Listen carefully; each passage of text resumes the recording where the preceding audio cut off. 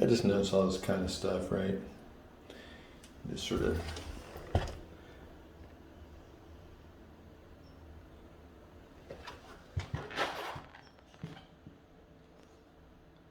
Decent little layout though. That seems to work. Into the garage here. That's where your washer goes.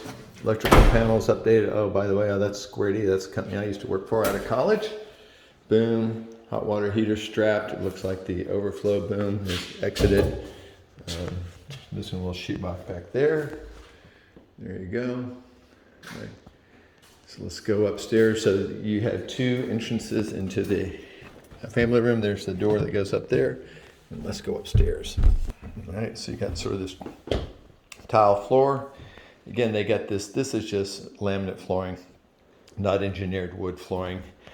You can start to see it's not very high quality. It's just when you start seeing things like that that buckle a little bit, then they get kicked off. But overall, this countertop is actually Formica. It's probably $100 piece of make-believe granite. That's not real granite. And these are like sort of IKEA type cabinets. Just, yeah. Boom. All right, so, you know, sort of stained. Just sort of got some blemishes type thing. The grout's sort of dirty. The ceiling here was these acoustic 12 by 12 squares. They got the door open here, the window, and then you just got this. I know these tiles right here. Not quite sure. The tiles are actually tiles. That feels like grout. So there you go. All right. This is actually a cute little layout. I think this is you know, the way that they sort of did the bed, and you could actually have a couch over there and a TV and a little dining room table. This is a great idea. Well done. So obviously you can go out to the door, which is sort of a cool idea. Boom, go out to the front door or come to the garage. Crack in the concrete slab, which is totally common for this in any home really. That electrical wire must be for a potential dryer, maybe? I don't know. There's, don't know, let's see where the dryer goes. Boom. So, can't imagine a washer dryer fitting there. Don't know where the dryer would go. So, there it is. So that vent must be going outside. So the dryer goes here. So maybe they tee off here and you have a gas dryer. You could redo that gas plumbing there and put a dryer there. So, all right, let's take a trip out back. All right, so just FYI, you got a drain right here. You can see the marks when you just look back here. The backyard slopes toward here, and those water stains, and there's a drain right there. So that's sort of telltale sign that water it does flow downhill. So that's just probably water that hits the this area. Looks like their downspouts go to drains and stuff. This yard is just all weeds, right? Big old backyard. Sort of interesting, sort of cool. You back up to some type of road back there. Well, take a look at that, right? So, sure would be nice to have access to that, right? And put if you had access to that, you might be able to do SB 9, which was subdivide this lot and just build a whole other house on it. So, but that's probably a private road. Who knows if they would give you access to that. There's the big old air conditioning unit. That's an all-in-one unit. Air conditioning, heating, and air handling. So they pump all that, that does your heating and cooling and conditioning all in one unit.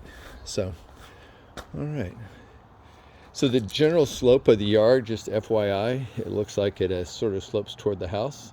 We're talking about looking at the inspection, and there potentially some water stuff going on. This could be easily resolved by doing some grading, where you grade from the house, and it should go down slope from the house here, down slope to here. But right now, this sort of all slopes toward the house. That can be just moving dirt around. you can address that. Don't know if these downspouts actually go around to the street. Then you could take your water all the way to the street, which is cool. By the way, that black perforated pipe is the worst kind of drain pipe to use.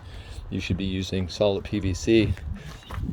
So don't know what they actually have in the yard, but it looks like you do have enough slope going out to the street. When you sort of look back like this, you go, it would probably, a gravity system would get it out to the street. You can't go too deep.